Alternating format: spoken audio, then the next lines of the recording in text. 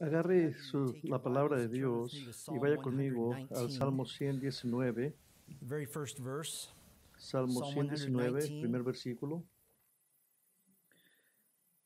Una de las cosas o de las preguntas más desconcertantes con las que luchamos como cristianos es la cuestión del sufrimiento, del dolor. Y hay dos niveles básicos de estas preguntas. Primero, en términos generales, si Dios es todopoderoso y perfectamente bueno, entonces, ¿por qué hay sufrimiento y maldad en el mundo en general? Es una pregunta común y la respuesta corta es por el pecado. Esa es la razón y Dios está llevando a cabo su plan redentor para deshacer la maldición del pecado. Pero a un segundo nivel, algo más personal, si Dios es todopoderoso y perfectamente bueno, y si yo soy su hijo, salvo por gracia mediante la fe en el Señor Jesucristo y su obra expiatoria por mí en la cruz, entonces, ¿por qué estoy sufriendo? Es una pregunta un poco más personal. ¿Por qué estoy luchando con problemas de salud? ¿Por qué tuve que perder mi bebé? ¿Por qué mi matrimonio tuvo que estar lleno de dolor? ¿Por qué mi hijo llenó mi vida de dolor y tristeza? ¿Por qué el dinero siempre es un problema? ¿Por qué un ser querido me traicionó? ¿Por qué y por qué? Esa es la pregunta que me gustaría abordar esta mañana en nuestra serie de verano, Respuestas Bíblicas a Preguntas Difíciles. Usemos la palabra de Dios para responder la pregunta, ¿cuál es el propósito del sufrimiento? Y siempre es emocionante para mí predicar un mensaje que aplica a todos. Y sabemos que la palabra de Dios es filosa y va a hacer su trabajo. Como pregunté esa pregunta, ¿cuál es el propósito de mi sufrimiento? Para algunos de ustedes, esto puede ser un repaso, pero un repaso digno cuando se trata de atravesar el dolor de una manera piadosa. Para otros de ustedes, esta pregunta puede ser una nueva forma de ver el sufrimiento en esta vida y entender que nuestro Dios es fiel. En esta mañana vamos a estudiar muchos textos, empezando en el Salmo 119, pero tengo tres metas en esta mañana. El primero, quiero darle un breve fundamento teológico para el sufrimiento, y vamos a pasar un momento en eso. Y segundo, donde estaremos la mayoría de nuestro tiempo, quiero darle 8 propósitos para su sufrimiento. Y tercero, como preparación espiritual para el sufrimiento. Y le voy a dar 3 cosas que debe de hacer y 3 cosas que no debe de hacer. Primero, una breve base teológica para el sufrimiento. Sé que estás en el Salmo 119, llegaremos ahí en un momento, pero tal vez solo tome notas de algunas de estas referencias. Pero usted debe de tener una buena teología para sufrir bien. Sin esta base es imposible que te quedes preguntándote qué está haciendo Dios y por qué parece estar molestándote. Tú podrás mirar a todos los cristianos alrededor de ti que están pasando mejores vidas que tú y tú podrás decir, ¿por qué a mí me está pasando todo esto? Entonces debemos de tener teología fundamental. Y le voy a dar 4 piedras fundamentales para una teología del sufrimiento. Y esta es la primera, la propiedad de Dios. Esa es la primera fundación. Éxodo 19:5 dice, mía es toda la tierra. Job 41:11 dice, todo lo que hay debajo de los cielos es mío. Salmo 50:12 dice, el mundo es mío y todo lo que contiene. Esto nos incluye a nosotros. Y somos propiedad de nuestro Creador. Y así que aquí mismo entendemos que Dios tiene todo el derecho moral y ético como Creador para hacer con su creación lo que le plazca. Nuestro trabajo es someternos a eso voluntariamente y con confianza en su bondad. La primera fundación es propiedad de Dios y la segunda es el control de Dios. En Job, capítulo 2:10, Job dice a su mujer, ¿recibiremos de Dios el bien y no recibiremos el mal?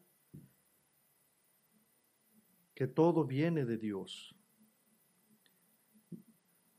Es una información mala decir que lo bueno viene de Dios y que lo malo viene de Satanás. La Biblia dice que todo viene de Dios. Del capítulo 1 de Job aprendemos y entendemos que Dios no hace el mal, sino que tiene el control soberano total del que sí hace el mal, Satanás, y lo utiliza para sus propios propósitos. Dios declaró de sí mismo en Isaías 46, de 9 al 10, y no puede correr de esta verdad. Pero fíjese lo que dice, yo soy Dios y no hay otro. Yo soy Dios y no hay ninguno como yo. Y eso es como se define el mismo, con control soberano, que declaro el fin desde el principio y desde la antigüedad lo que aún no se ha hecho, diciendo, mi consejo permanecerá y cumpliré todo mi propósito. Entonces se podrá preguntar usted por qué está pasando. La respuesta es la misma. Todo el tiempo Dios lo hizo.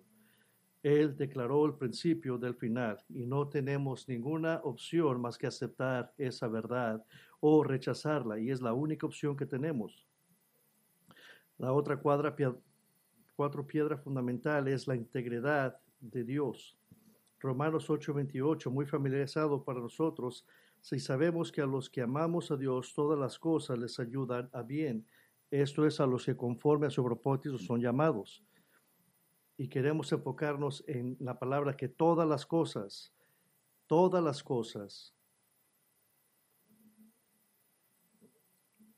y dice que la idea es de que quiere lo bueno para usted. Así cuando vengan cosas difíciles en nuestra vida, el deseo de Dios es para el bien. Y así que como usted no tiene una visión directa de Dios, eso no quiere decir que no es verdad. Usted puede confiar en Él.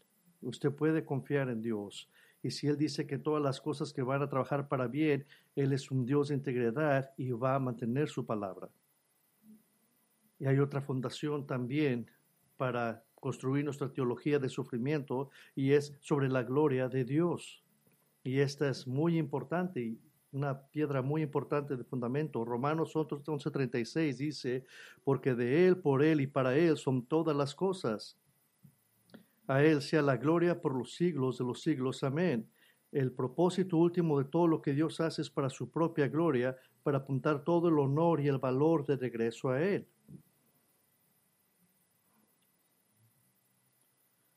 Es Dios de palabra y puede confiar su integridad y puede confiar que toda la honra se va a ir hacia Él, y tiene que tener esa fundación y no puede construir en nada más que en eso. Ahora, con ese fundamento de la propiedad de Dios, el control de Dios, la integridad de Dios y la gloria de Dios, y quiero ser muy claro en esto, en Salmo 88, eso no niega de ninguna manera el dolor y la agonía que viene con el sufrimiento. Eso es real. El llanto es real, la angustia es real, pero incluso en medio de las terribles emociones que acompañan el sufrimiento, tu fundamento teológico le permite tener alegría en medio del sufrimiento. La alegría de Dios es que es tu dueño. Dios tiene el control soberano. Dios es un Dios de integridad que ha prometido que tu sufrimiento resultará en bien. Y lo más importante, que serás un instrumento para la gloria de Dios, aún en tu sufrimiento. Ahora, con ese fundamento en su lugar, podemos construir sobre él 8 propósitos para tu sufrimiento. Y vamos a empezar en el Salmo 119, y vamos a estar estudiando otras partes del Antiguo Testamento. El primer sufrimiento te lleva a la Biblia. El sufrimiento te lleva a la Biblia. El Salmo 119 es el salmo de un santo que sufre, un hombre que atraviesa pruebas intensas y en medio de esa prueba escribe lo que se convertiría en el capítulo más largo de toda nuestra Biblia, y es acerca de la Biblia. Él encuentra su confort y consuelo en la palabra. Tantos versículos familiares para nosotros. Salmo 119:1 dice Bienaventurados los perfectos de camino. El salmista sabe que la bendición proviene de la obediencia. Otro es el 119:11. En mi corazón he guardado mis dichos para no pecar contra ti. El salmista sabe que infundir la palabra de Dios en su mente crea una vida más. Otro verso es el 119:18. Dice, abre mis ojos y miraré las maravillas de tu ley. El salmista sabe que necesita la ayuda de Dios para recibir los tesoros de la palabra. El 24 dice, pues tus testimonios son mis deleites y mis consejeros. El salmista sabe que en tiempo de angustia la ley de Dios es su consejero, su guía, la información que lo ocupa. El punto del salmista es de que se deleita en la palabra de Dios, pero ¿qué lo llevó a este punto? ¿Qué lo llevó a la palabra?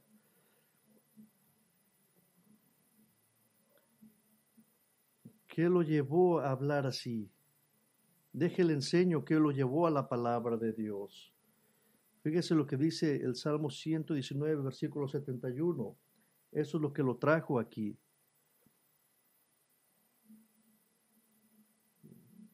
Eso es lo que lo mandó a la palabra. Bueno me es haber sido humillado para que aprenda tus estatutos. El salmista dice que fue bueno. Es una palabra que quiere decir gozoso, apropiado. ¿Cuándo fue la última vez que usted le dio gracias a Dios por lo que estaba sufriendo? Fue afligido. Es una palabra que quiere decir que fue humillado, abatido. ¿Por qué esto es bueno? Para el propósito que a fin de, por la razón de que yo pueda aprender tus estatutos. El salmista ha aprendido dos cosas al ser impulsado a la palabra por el sufrimiento. La primera, ha aprendido obediencia. Fíjese lo que dice el versículo 67 del capítulo 119. Y muchos de ustedes se van a reír de esto porque esto ha sido sus experiencias. Dice, antes que fuera yo humillado, descarriado, andaba más, ahora guardo tu palabra. Y aquí ya podemos ver que aprendió obediencia. Y segundo, ha aprendido la fidelidad de Dios. Fíjese lo que dice el versículo 75. Conozco, oh Jehová, que tus juicios son justos y que conforme a tu fidelidad me afligiste. Esto es gracias a Dios por afligirme a mí. Usted ha tenido hijos que le han volteado a ver cuando lo disciplina y le dice gracias por haberme disciplinado. Casi no, pero eso es lo que dice el versículo del 119. El salmista fue aventado a la palabra de Dios en este momento. Una de las cosas que es difícil del sufrimiento es de que no podemos poner un día para programar cuándo vamos a sufrir. Usted no planea para estas cosas. Siempre viene como una sorpresa, como algo horrible que viene a su vida que usted no ha programado, que puede cambiar su vida de un momento al otro. Pero fue el plan de Dios todo el tiempo. Y uno de los propósitos de este sufrimiento que te llega es eliminar la distracción de tal manera que te sientas atraído por su palabra de una manera que nunca antes habías sentido. Y puedo prometerte esto. Tus momentos en la palabra de Dios durante las pruebas más intensas de tu vida estarán entre los más dulces y memorables que jamás hayas tenido.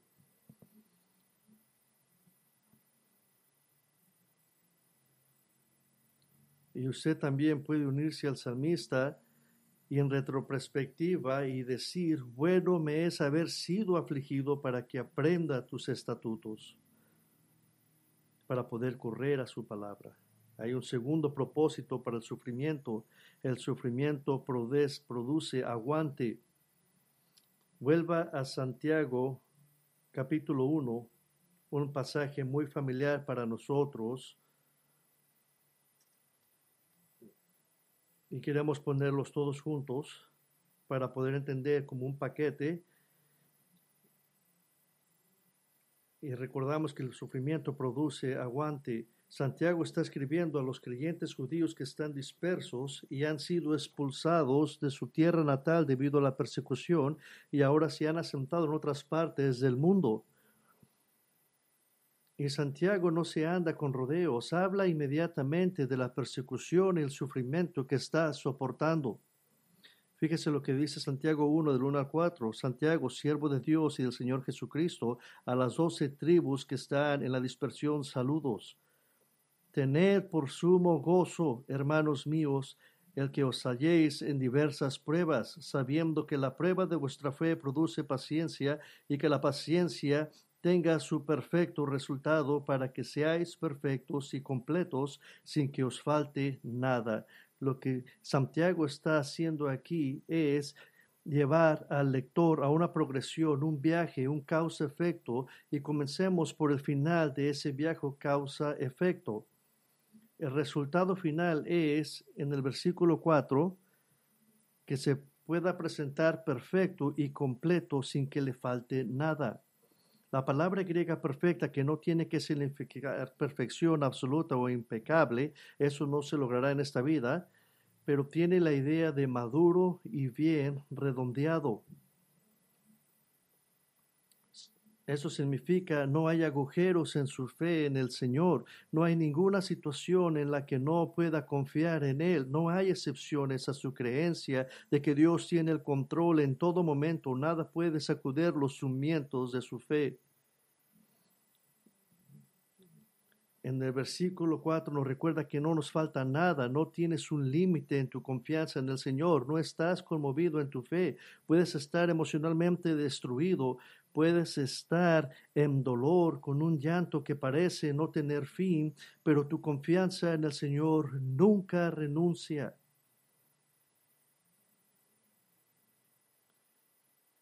¿Y de dónde viene esa madurez? Esa totalidad de fe en el Señor viene de la constancia. Es una palabra que quiere decir que usted va a mantenerse, aunque caigan muchas cosas en su vida, que usted, aunque esté debajo del agua, usted va a poder respirar. Y usted va a decir, yo quiero eso. ¿Qué libro puedo leer? ¿Qué sermón puedo escuchar para tener una confianza total, madura en el Señor? ¿Dónde puedo obtener esta constancia que tiene el efecto total de que nada me falte en mi fe? Y usted va a agarrar esta constancia al sufrir pruebas de varios tipos, es decir, una diversidad de sufrimientos. Una diversidad de sufrimiento. Pruebas de diferentes tipos, donde Él las va a usar para hacerlo a usted maduro. El efecto es nada faltante en cuanto a su confianza en el Señor. La causa es constancia y la constancia se da a través del sufrimiento. Ahora, ¿ves por qué Santiago dice que lo consideres un gozo, que lo consideres todo gozo cuando te encuentres en pruebas de diversas clases? Dios está construyendo en ti fe sobre fe para que aprendas a confiar en Él en aguas cada vez más profundas. Si usted es un padre, usted recuerda cuando llevó a su hijo al mar y el hijo miró cuando metió el pie en el agua y gritó como si estaba ahogando, pero como va creciendo se va metiendo más y más profundo. Uno de los ejercicios espirituales más fructíferos de que puede hacer es catalogar todas las formas en que el Señor te ha sido fiel en medio de las pruebas y el sufrimiento, todas las que el Señor claramente te ayudó y te asistió y te consoló. Y así como usted empieza a pensar en esto, usted puede ver la mano de Dios en su vida. Y esto comienza, por supuesto, con el hecho de que Dios preservó tu vida hasta el momento en que te llamó a la salvación en Cristo.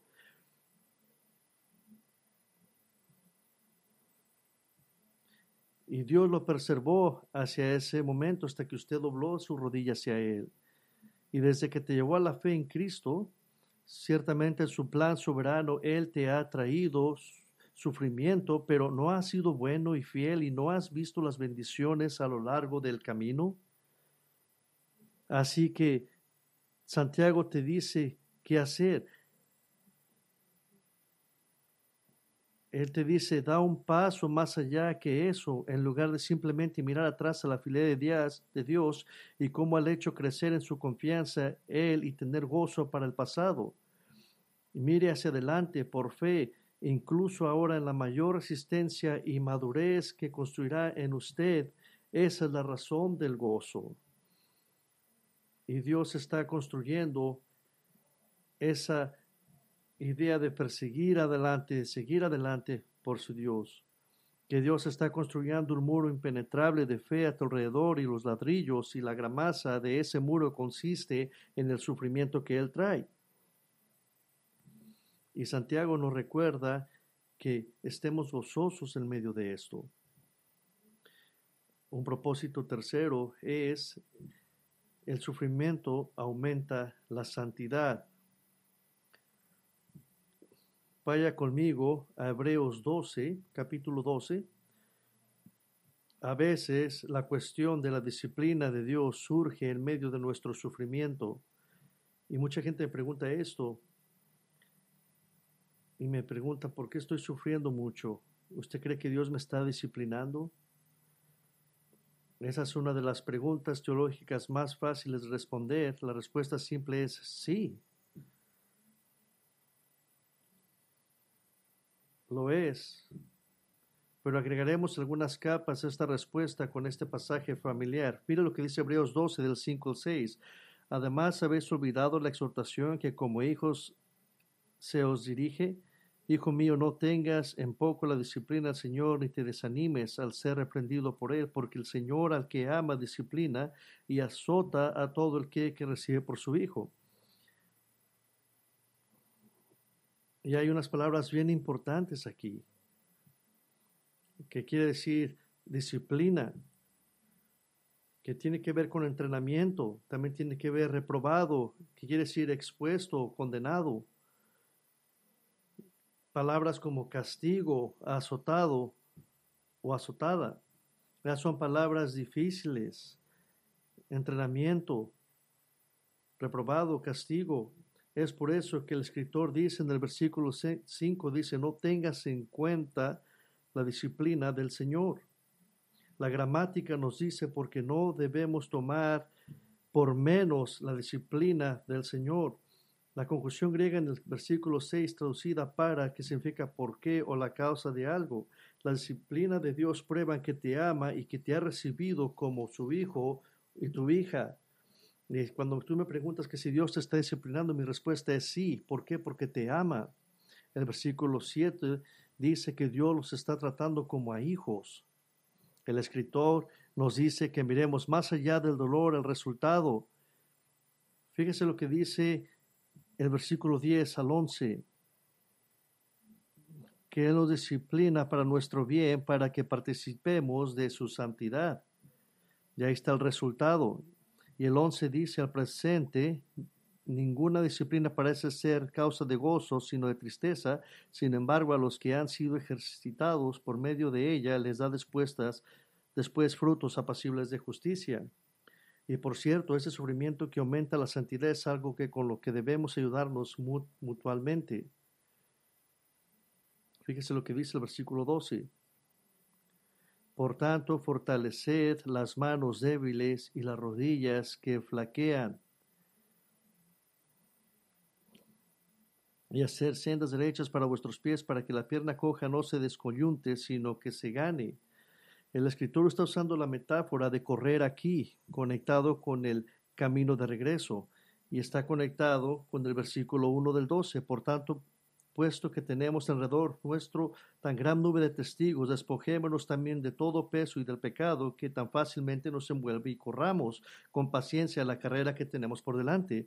Así que en el versículo 12 tenemos la carrera de la vida cristiana y el hecho de que el sufrimiento puede hacer que tus brazos se cansen, que tus piernas tambaleen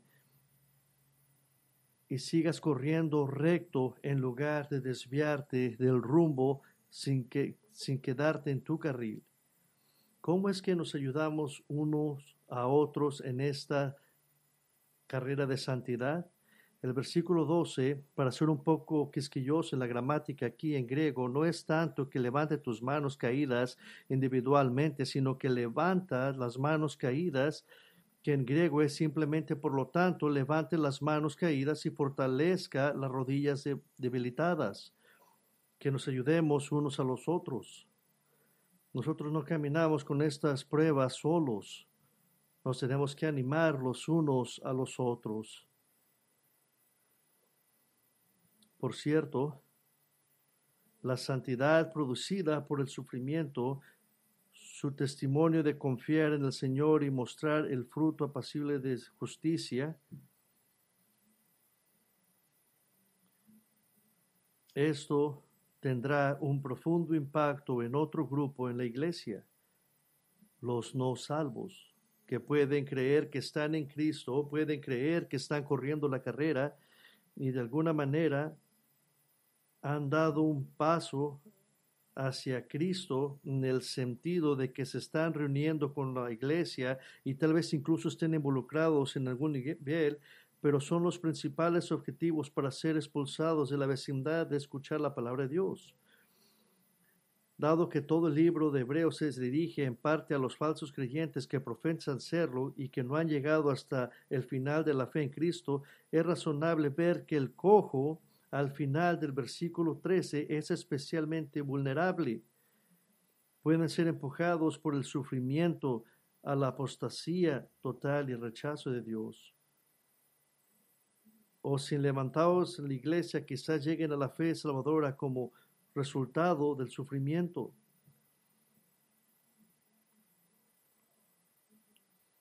Y pueden también ser animados para la salvación a través de ser ayudados por nuestros hermanos aquí en la iglesia. O a lo mejor llegaron a la fe a Cristo porque miraron lo que usted confió. O pueden llegar a la fe salvadora por medio de ver la fidelidad con la que ustedes han soportado el sufrimiento, sabiendo en el fondo de sus corazones que no tienen ese tipo de fe, llevándolos así a la cruz para la obra del Espíritu a través de su prueba. Esta es una de las alegrías del sufrimiento, que prueba que su fe es auténtica, lo que Pedro llama en 1 de Pedro 1:7 la autenticidad probada de su fe. ¿Cómo prueba su fe? Usted prueba que su fe fue real porque usted no corrió, sino que se acercó más al Señor. Hay un cuarto propósito del sufrimiento y es el sufrimiento inspira a otros creyentes. Vaya a Filipenses 1:4. El sufrimiento inspira a otros creyentes, Filipenses 1. En esta deliciosa epístola, Pablo escribe desde su arresto domiciliario en Roma y sin embargo esta carta está tan llena de regocijo que a veces se le llama la epístola del gozo. Pablo elogia a los hermanos de la iglesia de Roma, por lo menos a la mayoría de ellos, y mira lo que dice Filipenses 1:14. Y recuerde que Pablo está encerrado y dice así el versículo 14, y que la mayoría de los hermanos, confiando en el Señor por causa de mis prisiones, tenían mucho más valor para hablar la palabra de Dios sin temor. Son muchos más audaces, dos palabras griegas que significa abundantemente atrevidos, que agarraron de veras mucha confianza en Dios al ver a Pablo sufrir.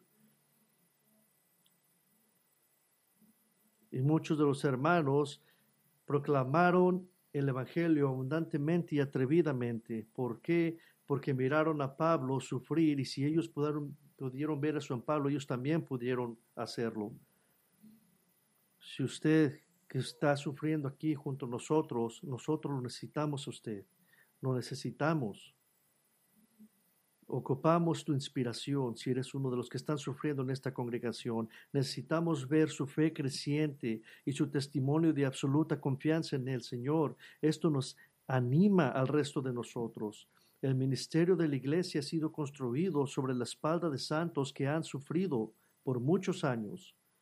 Satanás piensa que al traer sufrimiento al pueblo de Dios, nos alejará de Dios. Esa fue la afirmación de Satanás en el libro de Job. Pero los únicos que el sufrimiento aleja son los fraudes,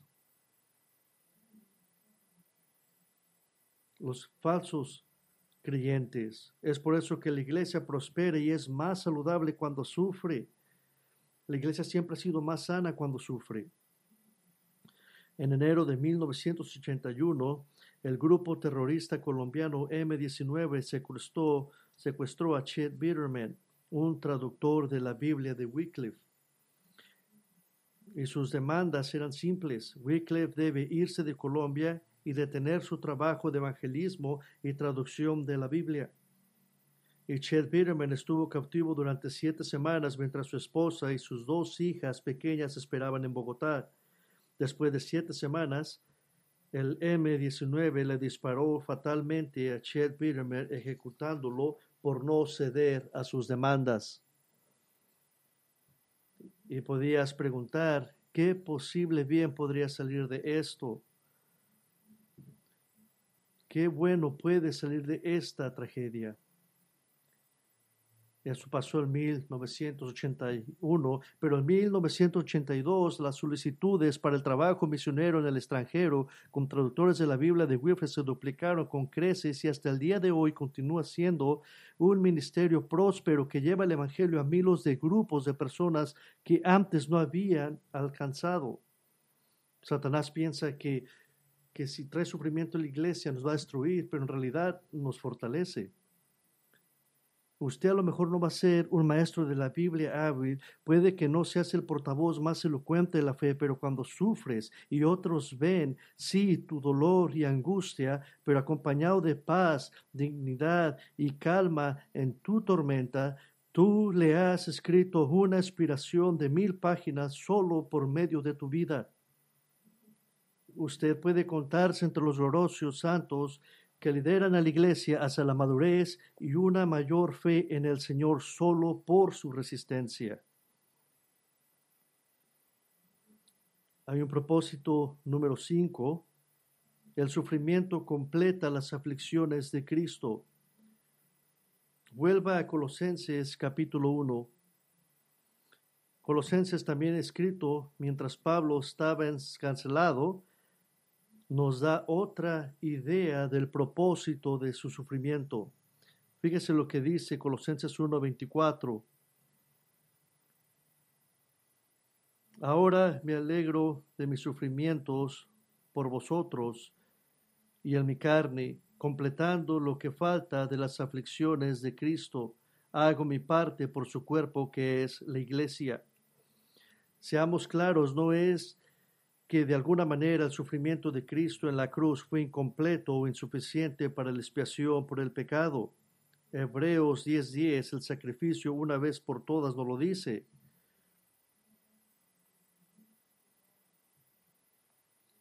Esto no necesita más expiación. El precio por su pecado está totalmente pagado si recibe a Cristo por fe y le pide que aplique la pena del pecado que él pagó a su deuda con Dios al Padre. Esto ya se acabó al Cristo haber pagado eso. Entonces, ¿qué está diciendo Pablo aquí? Pablo está reflejando nuestra unidad con Cristo. Cuando la iglesia sufre, Cristo sufre. Hemos sido enterrados con Cristo, resucitados con Cristo, vivificados en Cristo. Colosenses 2:3 nos dice de esto. Y sufrimos con Cristo. Romanos 8:17 dice que somos herederos de Dios y coherederos con Cristo, con tal que suframos con Él, a fin de que también seamos glorificados con Él. En el sentido de que somos uno con Cristo, cuando la iglesia sufre, Cristo sufre. Pero para Pablo personalmente aquí había 2 efectos del sufrimiento. El primero era la bendición de la iglesia. ¿Cómo es el sufrimiento de Pablo por causa de los colosenses? Ahora me gozo en mis sufrimientos por causa de vosotros. Ahora, refiriéndose al presente encarcelamiento y sufrimiento de Pablo. Una referencia más general al entendimiento de Pablo de que el ministerio involucra sufrimiento y es parte del paquete.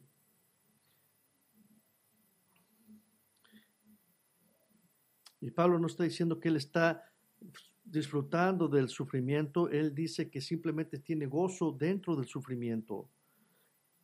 El sufrimiento del Pablo era parte del llamado de Dios. Dios dijo de Pablo en Hechos 9 del 15 al 16, Él es un instrumento escogido por mí para llevar mi nombre delante de los gentiles, de los reyes y de los hijos de Israel, porque yo le mostraré cuánto debe sufrir por causa de mi nombre. Pablo no plantó la iglesia de Colosas y nunca lo había visitado. Sin embargo, se beneficiaron de su ministerio y su disposición a sufrir por Cristo. El sufrimiento de Pablo causó que esta iglesia comenzara. La disposición de Pablo a sufrir por el Evangelio condujo a la proclamación del Evangelio a Epafras y a Filemón en Éfeso, lo que condujo al comienzo de la iglesia de Colosas y fue fundada. De hecho, el sufrimiento de Pablo en el plan soberano de Dios nunca impidió la proclamación del Evangelio, sino que la promovió. Filipenses 1:12 dice, quiero que sepáis, hermanos, que lo que me ha sucedido a mí en verdad ha servido para el avance del Evangelio.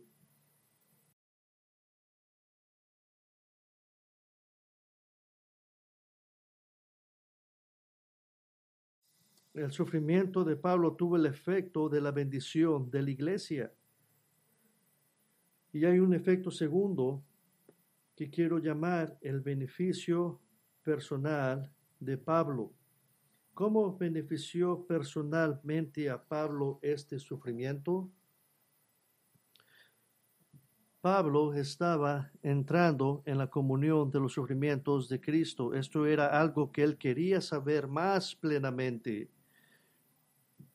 Él quería saber cómo sintió lo que sintió Cristo. Él quería sentir lo que Cristo sintió al haber sufrido. Y dice en Filipenses 3:10, a fin de conocerle a Él y el poder de su resurrección y ser partícipe de sus padecimientos, haciéndome semejante a Él en su muerte. Ese era el beneficio. Fue una cercanía, una unidad con Cristo que es especial y única. Y él dijo en 2 de Corintios 1:5, porque así como participamos abundantemente de los sufrimientos de Cristo, también por medio de Cristo participamos abundantemente de la consolación. Este es uno de los grandes secretos de la vida cristiana, entender la convivencia de la alegría y el sufrimiento y cómo el sufrimiento debe alimentar nuestra alegría. En un grado u otro, todos sufrimos por el Evangelio y muchas veces decimos, no voy a sufrir de una manera más grande como estos hombres, pero quiero animarte que en un grado u otro todo sufrimiento es por el Evangelio. El sufrimiento autoafligido es un pecado que nos muestra nuestra necesidad del Salvador. Y el sufrimiento infligido externamente en general está edificando en nosotros una semejanza a Cristo, haciéndonos testigos más efectivos. Cuando tú sufres por tu propio pecado, ¿qué es lo que pasa? Te lleva a la cruz, te lleva a Cristo, te lleva a oración, te lleva a la salvación y se vuelve el Evangelio. Y así como dijo el salmista 119, más obediente. Pero ¿qué tal del otro, la otra categoría? Eso está haciendo que usted se parezca más a Cristo y que se haga un testigo más efectivo. Y no sé si podemos entender esto completamente. Yo sé que yo no puedo, pero tu sufrimiento está llenando y completando el sufrimiento de Cristo a medida que te identificas con él. Eso es algo que te debería de volar tu mente. Pero hay un propósito número 6. El sufrimiento lo lleva a la oración. Vaya a Hebreos 5. Hebreos capítulo 5. El sufrimiento nos lleva a la oración. Mientras busca Hebreos 5, permítame recordarle la conmovedora y dolorosa escena en el huerto de Getsemaní. Jesús ha dejado el aposento alto y ha llevado a sus discípulos a este jardín. Y en Mateo 26 al 38 dice, entonces les dijo, mi alma está muy triste hasta la muerte, quédate aquí y vela conmigo. Y yendo un poco más allá, se postró sobre su rostro y oraba diciendo, Padre mío, si es posible, pase de mí esta copa, pero no sea como yo quiero, sino como tú. Y también lo recordamos en Lucas 22, 44, y estando en agonía, oraba más intensamente y su sudor se volvió como grandes gotas de sangre que caían hasta la tierra. Y podemos estar familiarizados con esos detalles, como si su dolor y el haber sudado gotas de sangre, una condición asociada con el extremo, con estrés extremo, no hubiera sido suficiente. Hebreos 5, 7 nos dice lo siguiente. Cristo, en los días de su carne, habiendo ofrecido oraciones y súplicas con gran clamor y lágrimas al que podía librarle de la muerte, fue oído a causa de su temor reverente. Jesús estaba sufriendo y él no está siendo salvo de la cruz, pero sino de muerte eterna. Pero quiero que entienda algo. Jesús estaba orando en una situación en la que usted nunca ha estado. Jesús estaba total y completamente consciente de todo el sufrimiento que le sobrevendría, todo lo que él sabía que le iba a pasar, y él soberanamente sabía exactamente lo que sucedería, y su curso de acción, su defensa contra los horrores que lo esperaban durante su juicio y tortura y crucifixión, su curso de acción fue oración con fuertes gritos y lágrimas. Esta es la oración en un nivel de anhelo absolutamente desesperado por la ayuda de su Padre, no para quitar el problema, porque era la voluntad del Padre que Jesús sufriera, sino para darle fuerza a través de ello. ¿Y qué pasó entonces? Déjeme leerle algo del Evangelio de Juan y te agarramos tremendos detalles y ya no vemos a un Jesús llorando y suplicando, ya no lo miramos afligido. Fíjese lo que dice Juan 18:3. Entonces Judas, habiendo procurado una partida de soldados y algunos oficiales de los principales sacerdotes y de los fariseos, fueron ahí con linternas, antorchas y armas. Entonces Jesús, sabiendo todo lo que le sucedería, se adelantó y les dijo, ¿a quién buscáis? Ellos le respondieron, a Jesús de Nazaret. Jesús les dijo, yo soy. Judas, quien lo traicionó, estaba de pie con ellos. Cuando Jesús les dijo, yo soy, retrocedieron y cayeron al suelo. Entonces él les preguntó de nuevo, ¿a quién buscáis? Y dijeron, a Jesús de Nazaret. Jesús respondió, te dije que yo soy. Así que si me buscáis, delante de estos. Y aquí podemos ver cómo Pedro quiso iniciar una revolución y quiso cortar el oído de un sumo sacerdote. Entonces Jesús dijo a Pedro, mete tu espada y no he de beber, y le recordó diciéndole, no he de beber la copa que el Padre me ha dado. Y todo esto pasó por su oración. Si usted está sufriendo de una manera que lo está llevando a orar de esa manera, si usted ha orado con esta intensidad, si usted puede caracterizar sus oraciones igualmente que las de Cristo, ese es un dulce lugar de compañerismo para estar con el Señor. Y en ese tiempo de comunión y compañerismo realmente insuperable, De hecho, estos son tiempos de oración que recordarán con cariño y con consuelo y con alegría. Y usted va a anhelar ese tiempo al recordar el tiempo que usted pasó con Él por el sufrimiento. Y de hecho, en los años que venga, usted va a mirar atrás y decir, oh, cómo di ese tiempo de sufrimiento, pero cómo adoré esos tiempos de oración. Hay un propósito número séptimo y quiere decir que el sufrimiento exalta a Dios. Vaya a Corintios capítulo 12 del 8 al 10. Y esto es un evento muy familiar para usted. El apóstol Pablo está siendo asediado por lo que él llama un mensajero de Satanás, un oponente dentro de la iglesia que lo acosa en todo momento. Y Pablo rogó a Dios que se llevara a este oponente. Y usted sabe lo que eso tiene que ver. Fíjese lo que dice el versículo 8. Acerca de esto 3 veces he rogado al Señor para que lo quitara de mí. Y el versículo 9, y él me ha dicho, te basta mi gracia, pues mi poder se perfecciona en la debilidad. Es una manera muy bonita de Dios de decir no, y no vuelvas a pedir otra vez. Por eso me complazco en las debilidades, en insultos, en provocaciones y persecuciones, en angustias, por amor a Cristo, por cuando yo soy débil, entonces soy fuerte.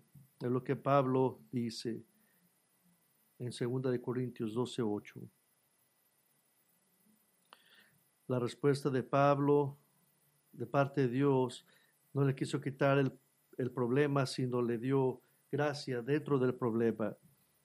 Pablo está diciendo que lo que más débil él está, lo más que él depende de Dios y lo más que Cristo es exaltado. Pablo incluso dice que se jactaba de su debilidad porque Cristo es levantado aún más.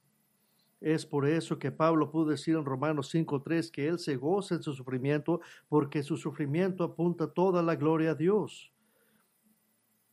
Una de las razones por las cuales él está escribiendo esto es porque había muchas personas que le estaban diciendo que era débil y que no reflejaba lo que decía que era. Y él dice y les recuerda que él está de acuerdo con ellos al decir que él está pasando por eso y él está débil, pero Cristo se glorifica. Y él recuerda que cuando él está débil, Cristo se glorifica. Yo sé que todos los que están aquí, que conocen a Dios, quieren hacer algo grande. Y yo sé que usted tiene ese deseo de ser más significativa, hacer brillar la luz y honor y el crédito y la gloria única sobre el Señor.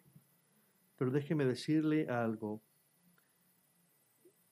No hay una cosa mejor que pueda hacer usted para Cristo que a través de sufrir y recordar a su Salvador.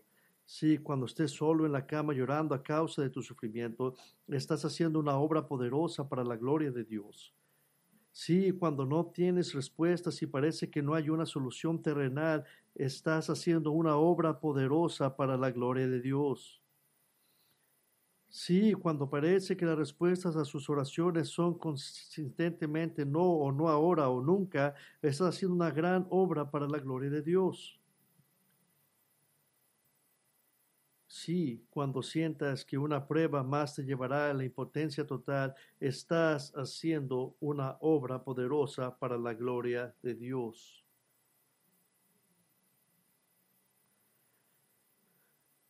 Y simplemente para apuntarle, cuando usted está apuntando la gloria hacia Él a través de su debilidad. Un propósito más para tu sufrimiento, mi favorito. El sufrimiento aumenta la recompensa celestial. Vaya conmigo a 2 Corintios 4:16. Yo sé que estos son versículos conocidos por usted, pero el sufrimiento aumenta la recompensa celestial. Pablo está exaltando el gran privilegio que el ministerio del Evangelio es para él, aunque le haya costado caro, y aquí da su perspectiva eterna. Fíjese lo que dice el 16. Por tanto, no desfallecemos, antes bien, aunque nuestro hombre exterior va decayendo, sin embargo, nuestro hombre interior se renueva de día en día, pues esta aflicción leve y pasajera nos produce un eterno peso de gloria que sobrepasa toda comparación, al no poner nuestra vida en las cosas que se ven, sino las que no se ven, por las cosas que se ven son temporales, pero las que no se ven son eternas. Mire la lógica de Pablo. El sufrimiento de esta vida, lo que él llama aflicción momentánea leve, ese sufrimiento está preparando, es una palabra que está trabajando, esa obra a favor de Pablo para un eterno peso de gloria más allá de toda comparación. Por favor, capte esto. Tu sufrimiento está trabajando para ti. Es una inversión para ti. Esto podría presentar un problema teológico que podría pensarse que Dios no está siendo justo al dar una recompensa mayor a los que sufren más y una recompensa menor a los que sufren menos. Ya sabemos que hay grados de recompensa. En la parábola de las minas en Lucas 19 indica diferentes recompensas por la fidelidad. Pablo escribió en 2 Corintios 9:6 que el que siembra escasamente cosechará escasamente y el que siembra abundantemente, abundantemente segará. Pablo se escribió en 1 Corintios 15:41 una gloria del sol y otra gloria de la luna y otra gloria de las estrellas, porque estrella difiere de estrella en gloria, así que con la resurrección de los muertos. Entonces aquí está el problema teológico potencial, pero nosotros entendemos que va a haber recompensas para los que trabajen. Estamos diciendo que el cielo y en última instancia el cielo nuevo y la tierra nueva serán un poco menos felices y gozosas para algunos que para otros.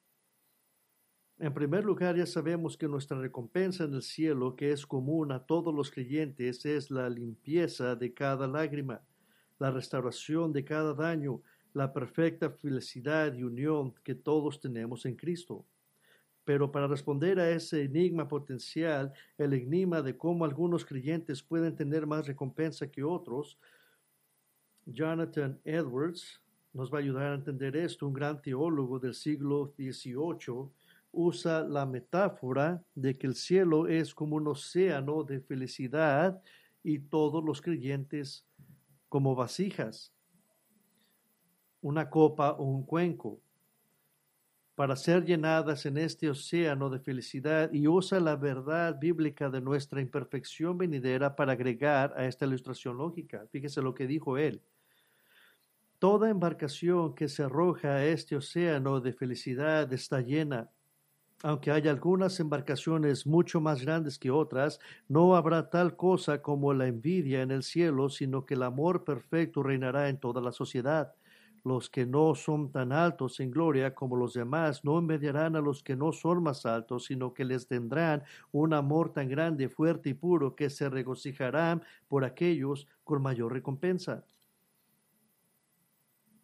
Edwards no estaba usando la lógica de 1 Corintios 12:26, hablando del funcionamiento perfecto del pueblo de Dios. Si un miembro es honrado, entonces todos se regocijan juntamente aquellos con los vasos más grandes.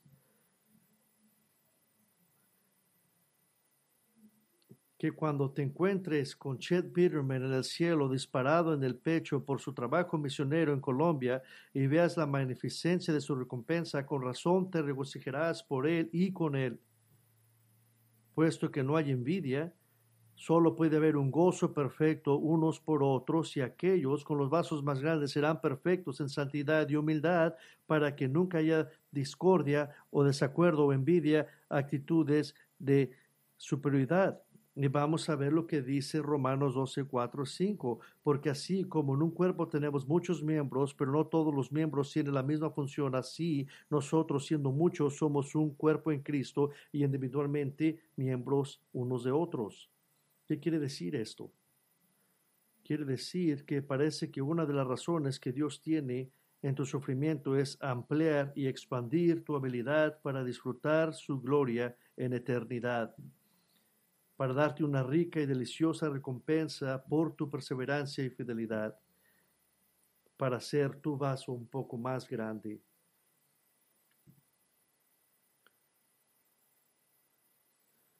Quiero hacer una preparación espiritual. Si me dieron tiempo más, quiero recordar de 3 cosas que debe de hacer y 3 cosas que no debe de hacer. Nunca sobreestime la soberanía de Dios. Usted recuerda la historia de José. Les dijo a sus hermanos mayores que estaban aterrorizados de que José se vengaran de ellos por haberlo secuestrado y vendido como esclavo tantos años. Pero en Génesis 50:20, en cuanto a ti, tú pensaste mal contra mí, pero Dios lo encaminó a bien para hacer que muchos hombres se mantengan con vida como lo ha hecho hasta hoy. Dios ha estado ordenando todos los eventos de siempre. ¿Realmente piensas que tu vida de alguna manera se le está escapando de las manos de Dios? De hecho, su voluntad soberana está tan llena de sabiduría y completa que si pudiera mirar hacia la eternidad y ver el resultado de su sufrimiento, y si tuvieras la oportunidad de elegir si volver a pasar por él o no, elegirías el sufrimiento. Eso es lo que tú quisieras. No sobreestime la soberanía de Dios. No desaproveche la oportunidad de confiar en Dios. Si es tan empeñado en suplicar solamente a Dios por lo que te saque de tu prueba o de un tiempo de sufrimiento que generalmente va acompañado de quejas abrumadoras y miseria autoimpuesta más allá de lo que está causando el sufrimiento, deténgase. Déjeme decirle que se detenga. Oriéntese espiritualmente y en lugar de simplemente rogar a Dios que te rescate, ruégale a Dios que te ayude a sufrir bien, con confianza y paz. No desperdicie la oportunidad de entrar en ese lugar de comunión y compañerismo con el Señor. No se compare con nadie más. No esté siempre enterrado en la anticompasión. Siempre abrace el sufrimiento. No se ande comparando con nadie más. Siempre habrá alguien que sufra menos que usted y para algunos de ustedes puede parecer que todos los que conocen están sufriendo menos que usted, que otros parecen tener ciertas partes de su vida mucho más fáciles. Hay algunos de ustedes que el solo funcionamiento diario requiere un nivel completo de determinación y confianza en el Señor que la mayoría no puede comprender. Para otros de ustedes, la tensión emocional de las relaciones difíciles y dolorosas ensombrece cada día. No se compare con ellos. Quédese en su propia línea, quédense en su propio carril. Déjeme darle 3 cosas que sí debería de hacer. Cultive la perspectiva correcta de su sufrimiento. Eso es una de las cosas que tiene que hacer. Y ya lo leímos hace rato, pero Pablo nos recuerda que es una leve amonestación, una momentánea, una aflicción momentánea. Ahora, usted podrá decir, Pablo, posiblemente tú no sabes lo que yo estoy pasando ahorita. Y en ese punto sería un poco ridículo decirle eso a Pablo, ¿verdad? Como si fuera usted decirle a Pablo, oh, si yo sé que tú has sido traicionado por tus amigos más cercanos, ver amigos en el ministerio ser golpeados, casi muertos, siendo azotados contra 39 latigazos en 5 ocasiones diferentes, siendo golpeado con varas 3 veces, apedreado y dado por muerto una vez, naufragado 3 veces, perdido en el mar por una noche y un día, cruzando ríos desbordados, evitando ladrones en el camino, siendo intimidado por judíos y luego intimidado por gentiles, siendo calumniado por falsos creyentes, escondidos en la iglesia, etcétera, etcétera. Y tú no sabes lo que yo estoy pasando. ¿Qué le dijo Pablo a su oración? Una aflicción momentánea. Pero un ejemplo tan bueno como el de Pablo fue darnos una perspectiva adecuada de nuestro sufrimiento. Es el mayor ejemplo de nuestro Señor Jesucristo. Escuche lo que él dijo. Ya hemos revisado la agonía de Jesús en oración en el huerto del Getsemaní, pero su perspectiva fue perfecta. Miró más allá de su sufrimiento y juzgó correctamente que el sufrimiento valía el costo, porque él recibiría una recompensa, un reino de adoradores. Hebreos 12:12 dice que Jesús tenía esta perspectiva, quien por el gozo puesto delante de él soportó la cruz, menospreciando la vergüenza, lo que significa que pensó tampoco en la humillación y la agonía y la degradación, que no se enfocó en eso, simplemente lo soportó. Sí, expandió su visión. Esa es la perspectiva. Hay una cosa que también debe de hacer y es de expandir tu visión del tiempo. Tienes todo el derecho, como hijo de Dios viviente, por medio de Cristo, a esperar su cuidado, su ternura, sus bendiciones diarias. Como aquellos que han puesto su fe en Cristo, disfrutamos promesas como nunca te dejaré ni desampararé, y todo lo puedo hacer en Cristo que me fortalece. Pero una forma de ser mucho más pacífico en el sufrimiento es ampliar su visión del tiempo, que Dios no se ha obligado a solucionar todos sus problemas de sufrimiento en esta vida. Hay paz en entender esto. Tomamos nuestro ejemplo de los grandes héroes de la fe en Hebreos 11, hombres y mujeres que pusieron su esperanza en Dios y en un futuro mejor, aún no lo vieron en esta vida. ¿Por qué no?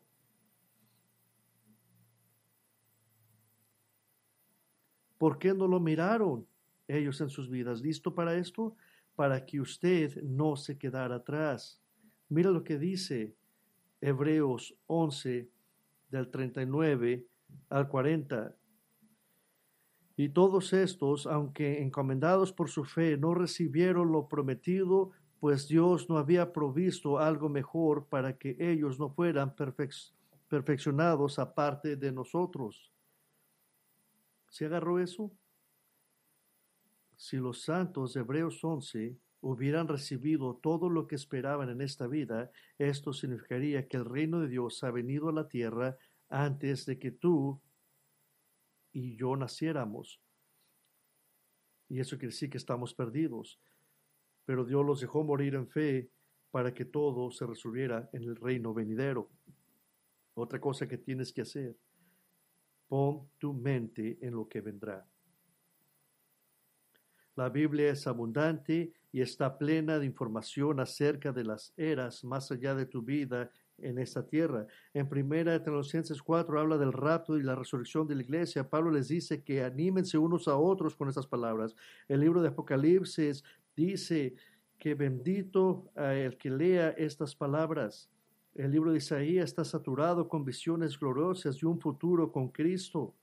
Juan 14 te recuerda que no te desanimes porque Jesús te está llevando a la casa de su Padre. Nuestra escatología es nuestra esperanza, ¿no es eso así? Es nuestra esperanza. Yo he orado por usted en esta semana y mi oración para ustedes es de que ustedes puedan aprender a sufrir bien. Mi oración para cada uno de nosotros es que aprendamos a sufrir bien y que estemos bien enterrados teológicamente hablando, que nunca se desmaye, que nunca se asusta, que nunca se desanime, que usted fielmente pueda decir como el escritor del Salmo 35, que el llanto se demore por la noche, pero la alegría viene con la mañana. Pon tu mente en las cosas por venir. Esa es nuestra esperanza. Hay que orar. Padre, nosotros tenemos el deseo de pedirle a usted que suframos bien. Y miro a estas caras familiares aquí en esta congregación y yo sé que muchos han sufrido y conozco muchas de sus historias y usted los conoce de una manera más íntima y sabemos que ese es su plan para nosotros. Y le pido, Señor, que en el caso más gráfico de nuestra vida, que ese último momento pueda ser un momento donde lo honremos bien, ya sea lo que sea, dolor y cosas que vengan a nuestra vida. Y es clave, Señor, que podamos glorificarlo para que usted sea exaltado y nosotros disminuidos en nuestro sufrimiento. que podamos ser caracterizados por personas que sufrimos bien, que estamos bien arraigados en nuestra fundación de usted, de ese Dios omnipotente, que todas las cosas trabajan para bien y que lo creamos para aquellos que aman a Dios y que son llamados de acuerdo a sus propósitos. Le pido, Señor, que aquellos que están sufriendo en esta mañana, anímelos y que usted pueda fortalecerlos y ponga su mano sobre ellos y que estén listos para poder sufrir dignamente, sabiendo que usted está con ellos. Le pido esto en el nombre de nuestro Señor Jesucristo.